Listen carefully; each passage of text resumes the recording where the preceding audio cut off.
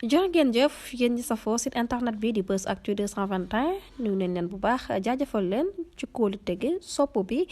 ak topp bi nga xamante ne rek yi nag ñu koy topp bu leen fàttee abonné di bës cloche de notification yi ngir mën a am yeneen i info amanti mbégte ak bànneex saa su nekk rek di ànd ak yéen ci seen chaîne bi di Buzz Actu 221 li gën a fës ci bopp xabar yi nag dañu koy doree kat yu nga xamante ne rek kii di Malal Talla daal dina koy yëkkati ginnaaw bi ne nag ab waay moo ko wax ne ko rek soo mayul jàmm Ousmane Sonko di nga xam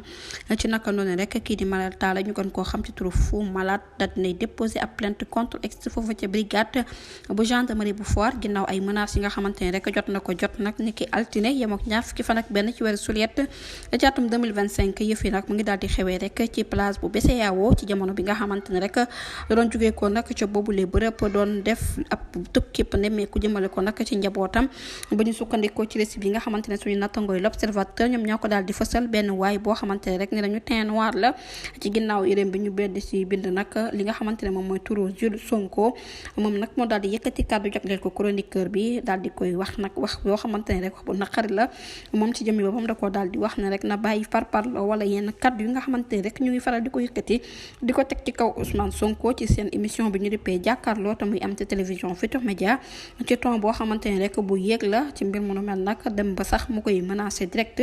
ne ko nag soo moylu jàmm kii di Ousmane Sonko yow mii doo am jàmm xam naa la xam fi nga dëkk te nag su may ñëw dinaa la bett kaddu yu jokkalante yu nu mel nag mu ngi daal di am rek ci teewaayu ab témoin buy wéy ci turu Pape Diallo nekk xarit ci Malal Talla ginnaaw menace yu nu mel nag moom rappeur bi nag daal nay garde li nga xamante ne moom mooy calmam waaye daal nay déclaré que nag yëf yi dina ko yóbbu fa mbaxana doone benn ci naka noonu rek daal dinay saisir gendarmerie jaarale ko ci ab plainte boo xamante ne rek jagleel na ko commandant bu brigade bi nga xamante ne rek moom la daal di jébbal boobu les plainte